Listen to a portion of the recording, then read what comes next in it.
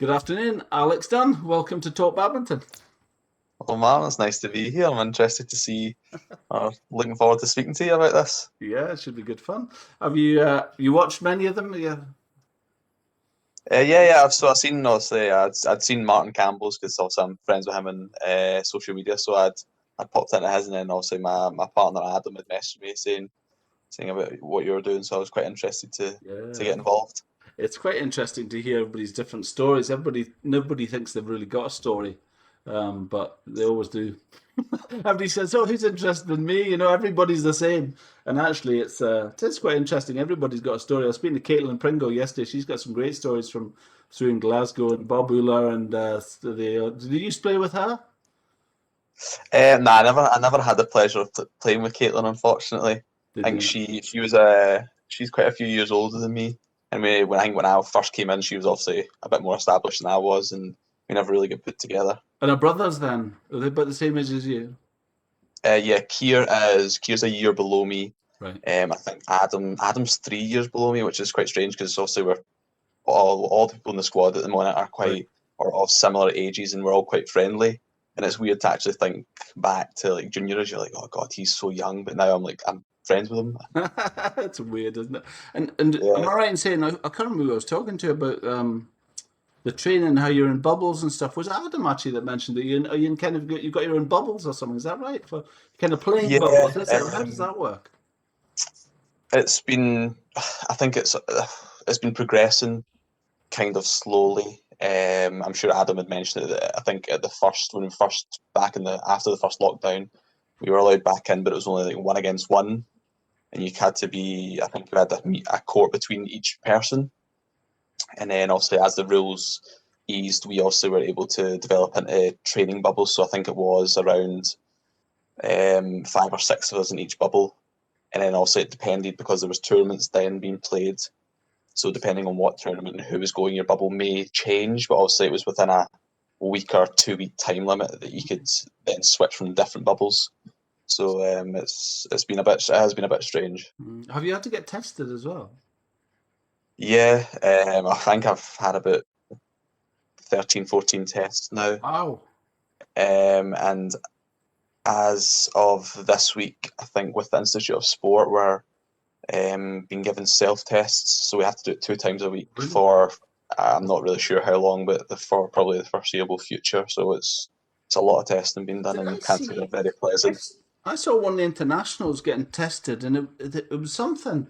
It was like a swab thing, as you imagine, but it was really long, and it went up your nose. Have you seen that one? It's like really long. It was like Yeah, that long, and it went up your nose, and it was almost like. Do you know what it reminded me of? You know that thing you used to do when you were a kid, and you pretend that somebody stabbed you, and the knife would go right through. uh, It was like that. It was like that. honestly, I You know that one think that you do.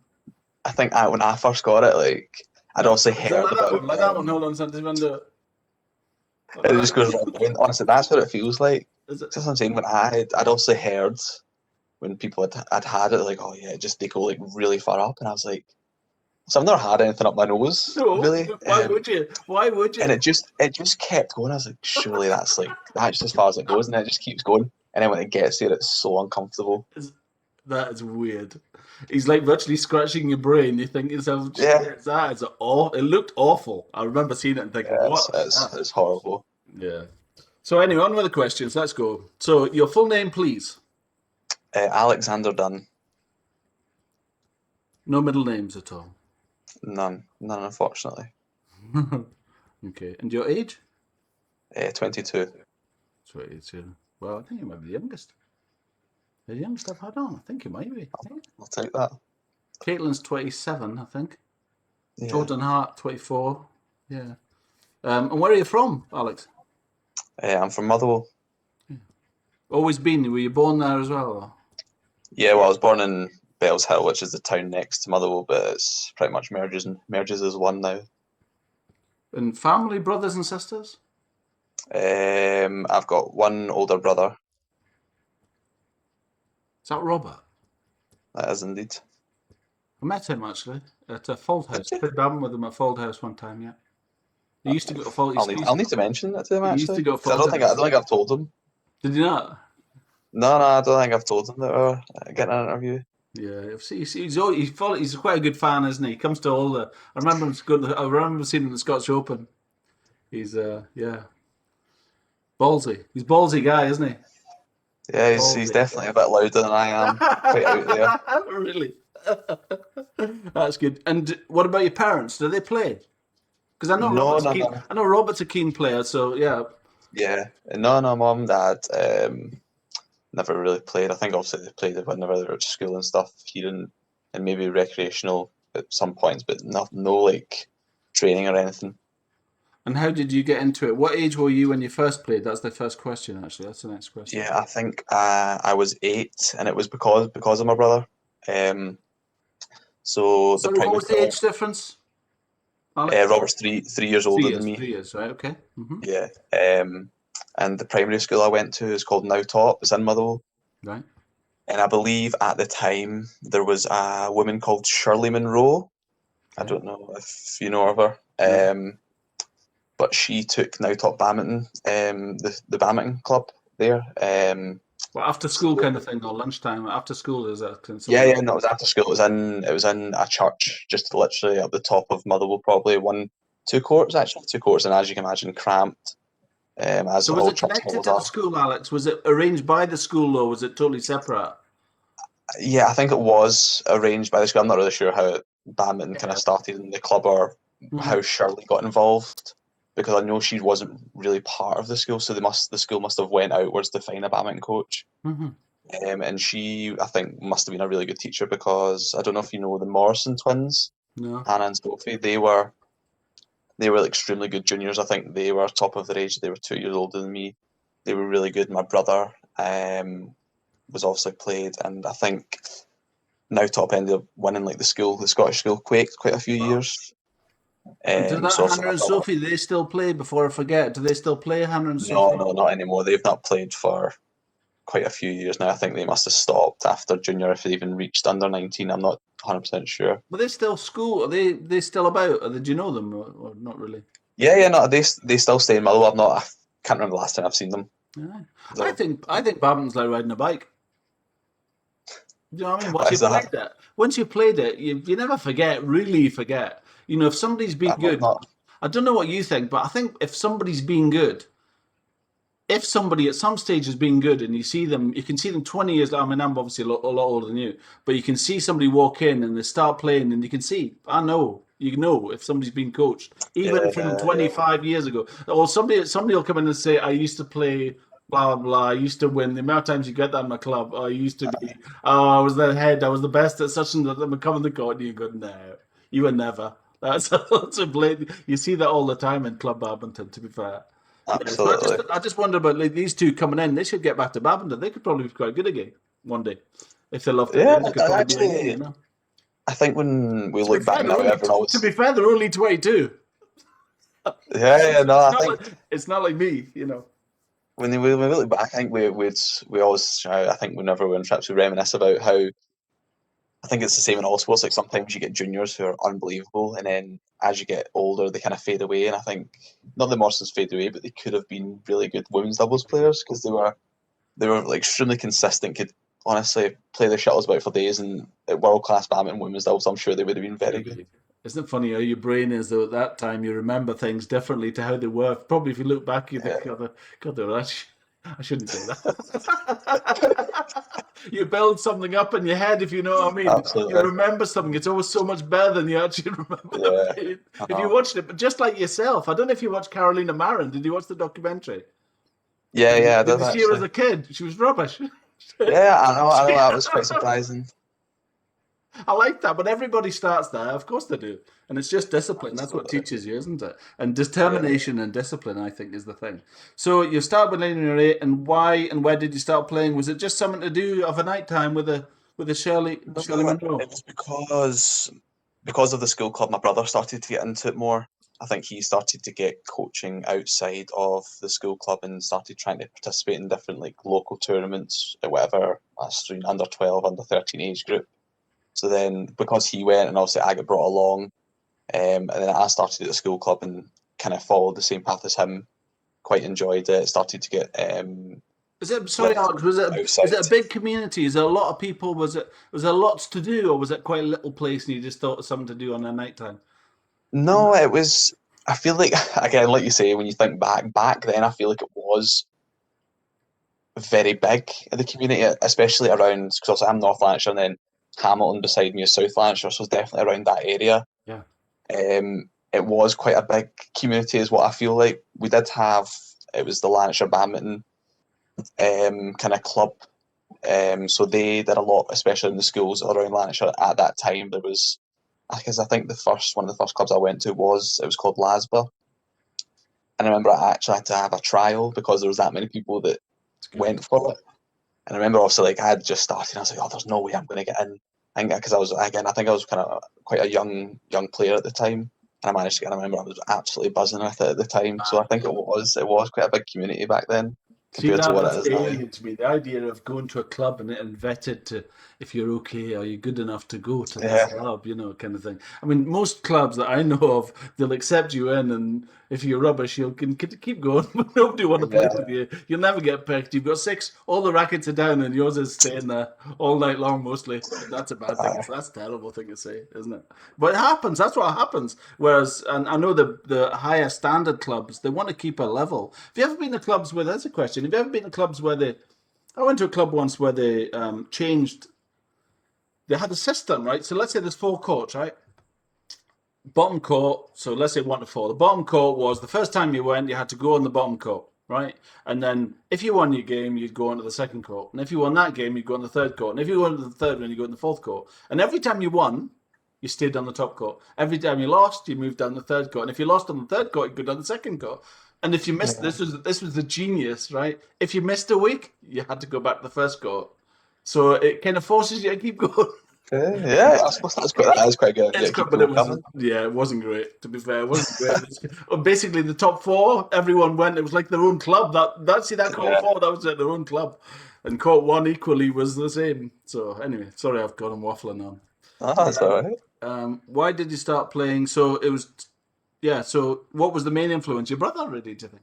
Yeah, definitely. Because he obviously started playing, and I just went, and then I was quite interested. I was quite a sporty kid. I did quite a few other sports, so I just took an interest, and I seemed to be okay from what I remember. How busy was it?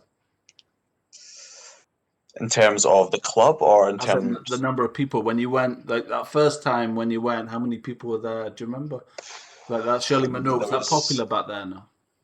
well, in the actual school club, yeah, because I think at the time my brother must have been around primary six or primary, yeah. He was 2 years. He must have been primary six, and I think a lot of his friends I see. joined it as well with him, which I probably assume why he joined in the first place. So it was quite busy actually, the school club, and I remember I think I had to do trials for that as well. Did you? Mad. So And yeah, did he, it's weird when, thinking back back. then, was it singles you played or doubles, or what did you prefer? Singles back then, I think Yes. singles Yeah. singles definitely for most juniors or And was anyone that's he, starting up. and did you, initially, did your brother beat you? Yeah, I'm sure he absolutely scalped me when I'm Scouted back you. then. And then, but did that drive you to get better, and did you eventually beat him? I would say my brother was my Don't motivation you? or Don't to you? get Don't better, you? but Was there somebody? um, Was there somebody that you played very regularly, like every single week, that you thought, God, I wish I could? not No, not you're. that I remember. Were the most I feel like most people were they older than you as well, Alex, or were they about your age? no, I think I was pretty much the only one at my age around that time anyway. I think when I also got older and I was in like primary six, primary seven, then people again, like my brother did, people younger than me followed on from me. And I think for a couple of years after I left, and obviously this also transferred onto high school as well because it was DL, which is his mother as well, so it kind of followed through. But I think after a couple of years I left, there was still like a good badminton community in the schools. Mhm. See, I think you must have got better faster because you've been playing against people older than you. You've been forced to Yeah, compete harder than anybody else of that age. I would reckon that's probably helped you. I would yeah, reckon. I would definitely agree that is probably a big factor. Why did you start playing? That's that covered. Do you remember your first racket? Yes, well, I think when I first went to the school club, I'm not sure, but I think one of the first ones I remember getting it was a Yon X. isometric 23, I believe. It was Wow. it's like a brownie colour. I remember getting it, thinking this is like the best racket in the world. Yeah, awesome. Your own racket. That's like with a cover and everything. It's treasure, isn't it? I love that. That's Yeah. awesome. And did you keep it for long? No, I think back then, you obviously the novelty as a kid, you just want everything. Like when something new comes out, you're like, yeah, I want that racket. So I think it was switching quite a lot. What did your parents do? What do your parents do, Alex? My dad is a pension consultant, and my mum works for the Financial Conduct Authority. I think they didn't back then. I think they had changed. They were different jobs back then, which I can't remember. But And were they about a lot? Were they taxing you backwards and forwards, you and Robert, to various things? Or? honestly, like I think like most people or most athletes always thank their mum and their dad and their family for what they do as young people, because I think again I would not be here without mum and dad ferrying me everywhere and giving me every possible chance. So yeah, of course, I think they played a huge role in it as well. It's awesome, isn't it? It is amazing. I mean, now obviously my son's 19, and you do anything for your kids. You just want them to be happy. Yeah, Is the thing. It was interesting. The absolutely. conversation yesterday was about. I don't know if you saw it with Martin about money yesterday. That was quite an interesting one actually about money and stuff. Yeah, Did you watch that? That's quite good. That actually is what Martin is my financial is he? advisor right now. Yeah, he's Hmm. good. He's good. I'm very interested in yeah the principle of it is very interesting. I think it's Yeah, there's a lot of kind of it just seems to be because you start so young in sport. You could be quite immature about real life money. People yeah. have paid for you, they've transported you, they've done X, Y, and Z, and very much been handed to you. So I think that the idea of kind of coming into the big bad world is it's quite a hard thing because I think before you know it, 13, 25, whatever else, up to 30, and before you know it, it's finished, and you think, what am I doing? So anyway, Absolutely. it's all good. So what was the name of your first club? Was that Now It Top? Did was you say? yeah, now top school club. It would have been Cool. Do you remember the shuttles you played with? some plastic Carlton ones. It Plastic. must have been Plastic. Well, Caitlin, funny absolutely. enough, she was feathers all the time because it was at the Coburn Centre. Her kids. She's been a lot of privilege there. That's what I think. But apparently, the school. You imagine that though, the Coburn Centre. Imagine Yeah, imagine if your school club that you're talking about now top school was in that place, I know. and it just Different, completely all the different. knocks, all the old shuttles they're just lying about on the side of the court. That's what they coached with. That's awesome. I Yeah, think it's amazing. That's such a luck. You'd forget. You take. I mean, our plastics were awful. Oh, awful. Cheaper plastics would last about a month, I reckon. So shuttles plastic, right? Okay. Your first coaching. my first outside of the school club. I think my very first coach was a man called John Murphy. Irish. Um, and I think he was a big influence at my younger age of why I liked badminton or loved badminton so Really? much. Yeah, What age he were you was then? Sorry, Alex. must have been when I was about 9 or 10. Yeah, that's good, isn't it? Yeah, he played quite a big role. I've not seen him in I don't know how many years. He was quite an elusive guy outside of the badminton court. But he was great. I used to get one-to-ones How do with you him, and mean I think he elusive? ran. Sorry, how do you mean elusive? It was just like I honestly didn't know much about him. He was Right, it's quite just a quiet strange guy. guy, Yeah. and think he, I think he had a lot of other issues. I guess is the right way to put it. Sounds like a great kids badminton coach. I get it's one of the things now that I'm older, you think back like Yeah, that was why odd. was he so Yeah, good? But honestly, like yeah, was that was unbelievable to weird. me. That was weird. Yeah. We'll not go into that. Okay. Yeah, it's funny, isn't it? Things happen now. You look at. I mean, I've done a bit of introduction to badminton coaching, and to go into that, you've got to get disclosure. You've got to get disclosure to work with kids when you're not alone with them. Yeah, And you think what happened back then? Back in those days, you think yeah. it's That's a ridiculous. different world. It is a different world. I'll talk to you again about Kevin Bridges. He's got a great line about that subject. Have you seen? Do you like Kevin Bridges?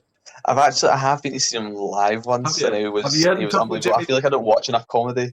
No, I shouldn't say it. Have you heard him talk about Jimmy Savile? No, Have you not? Oh, no. yeah. I suppose I could say it because he said it in front of about 50,000 people. I'm sure you'll be all right to say it. He basically said that if I was a child and somebody said draw a paedophile, I would draw Jimmy Savile. I'm not wrong. That's so wrong in so many levels, but so true, right? So true. How Yeah, did nobody pick him up? Yeah, exactly. Anyway, different subject. So, were you coached?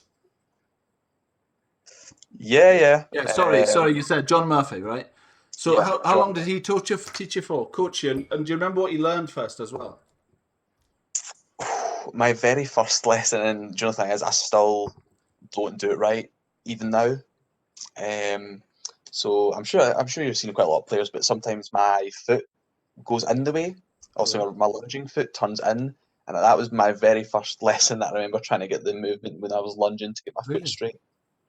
What do they call that? In golf, they call it open stance, closed stance, don't they? An open stance is like that, and a closed stance is like that. Yeah, Yeah, open. So your stance is kind of is closed. yeah, my right foot, Is it it's your right open. foot? Uh-huh. Yeah, you should. Adam actually has a unbelievably.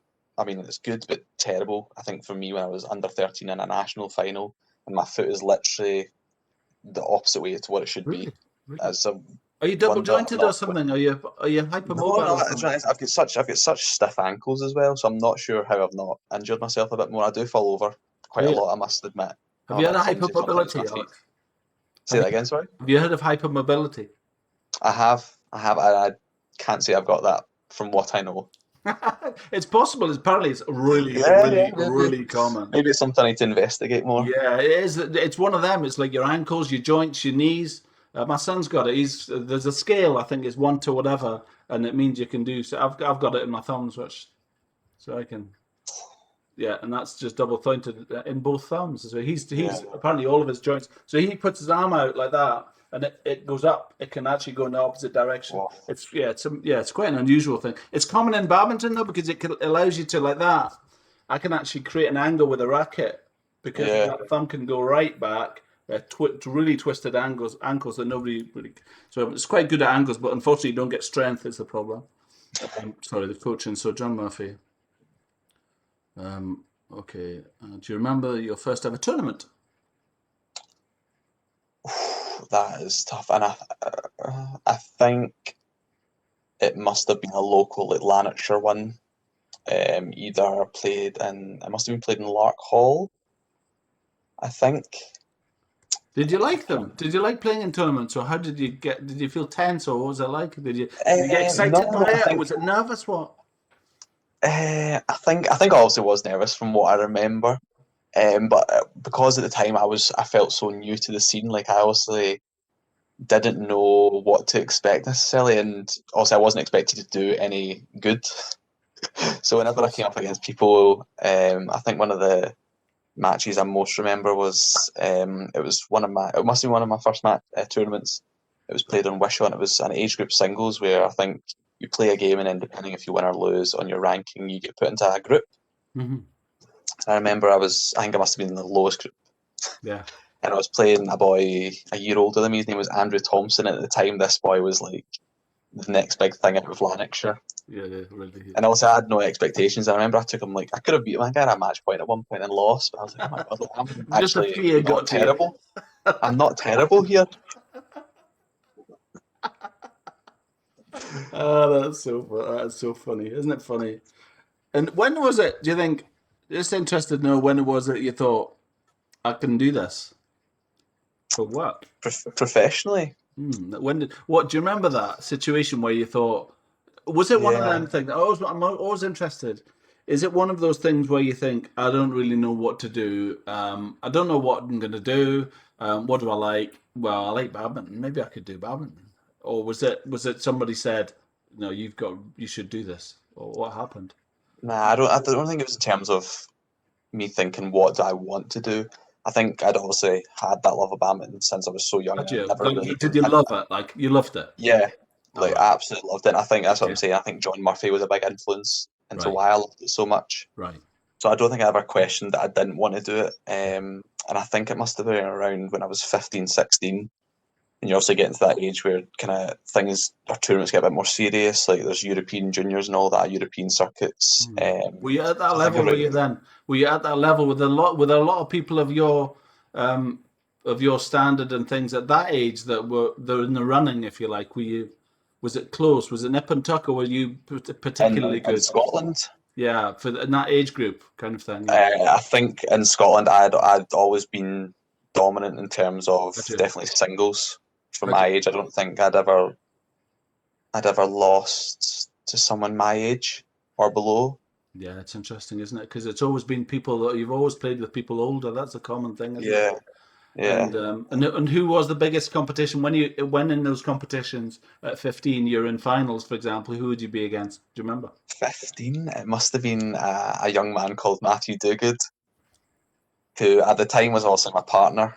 Right? Um, yeah, me and Matthew. That's quite funny to think back, but yeah, Matthew was probably the second best in the country at the point. Was he? And is he still Yeah, playing? Was he? Was he? he doesn't play anymore. I think Oh it no. got to the point.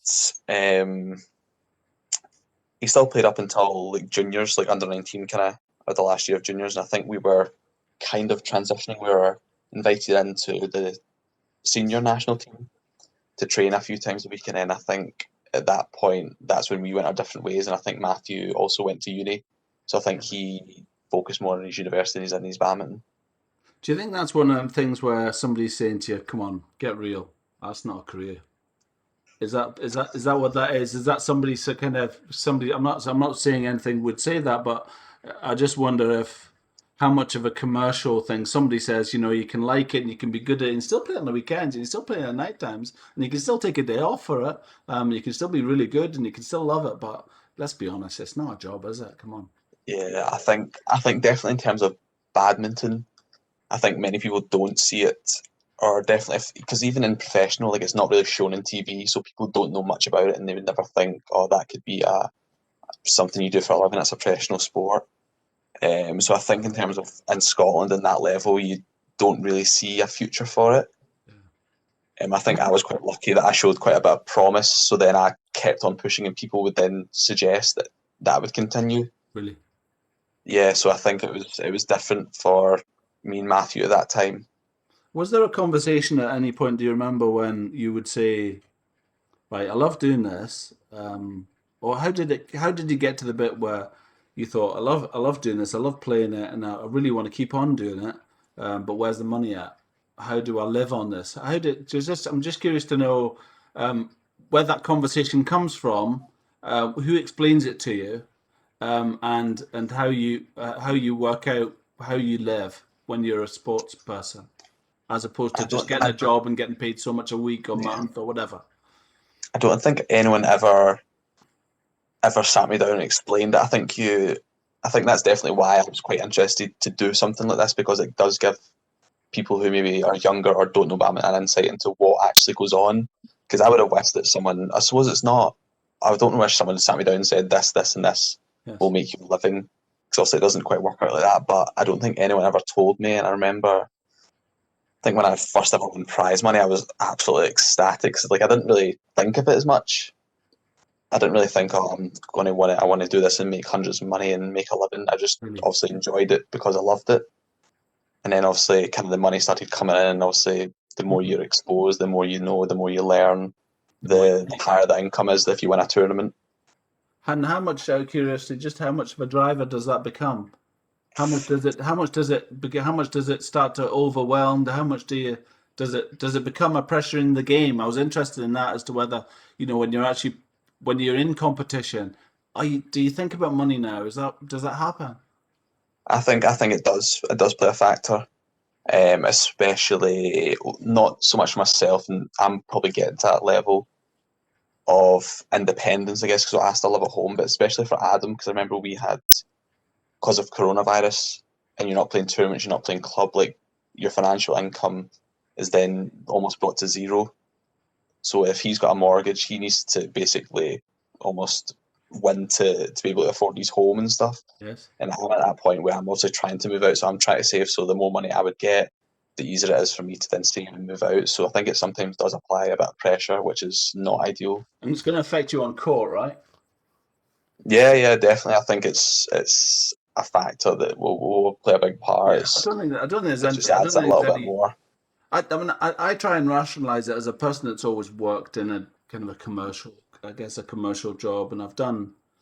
I kind of think about it again because because you start so young, you're kind of at home, and then you're getting jimmied about, taxied about various things, and you don't really have, and you're training all the hours that God sends, and probably there's a conversation where somebody says, "Well, to be honest with you, Alex, you don't really need very much money.